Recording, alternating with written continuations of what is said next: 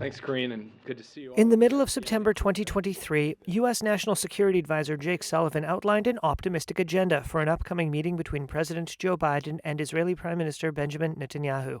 Focused on the shared democratic values between the United States and Israel, and a vision for a more stable and prosperous and integrated region. Just a few weeks later, on October 7th, that vision of stability and prosperity went up in smoke.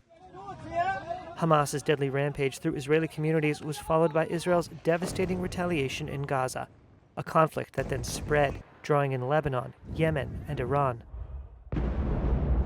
After 8 months of nonstop negotiation by my administration, a ceasefire and a hostage deal has been reached by Israel and Hamas. Biden played a major role in securing a Gaza ceasefire deal for Hamas's release of hostages. But analysts say his Middle East record is likely to be remembered not so much for how conflicts ended on his watch, but for how they unfolded, seemingly beyond his ability to contain them.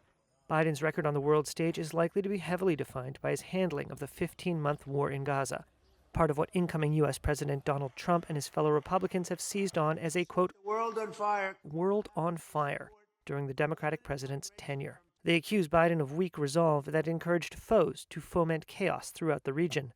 The October 7th attack on Israel would never have happened if I was president. Zero chance. It was not going to happen. Biden's allies contend that he has had to confront a set of Middle East challenges not of his making, and has handled them skillfully, weakening Iran and its regional proxies while working to limit civilian casualties in Gaza and Lebanon. My administration is leaving the next administration with a very strong hand to play. But Biden's steadfast support for Israel, in a response that decimated Hamas but also killed tens of thousands of civilians in Gaza, took a heavy toll on U.S. international credibility.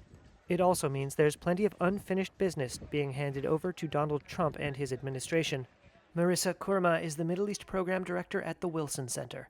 The international community, the United States in particular, as this transition also takes place internally in the United States between the Biden and the Trump administration, has to ensure that both sides are going to adhere to the agreement in order to move forward to the next phase and see how we can start thinking about some sort of post-war plan.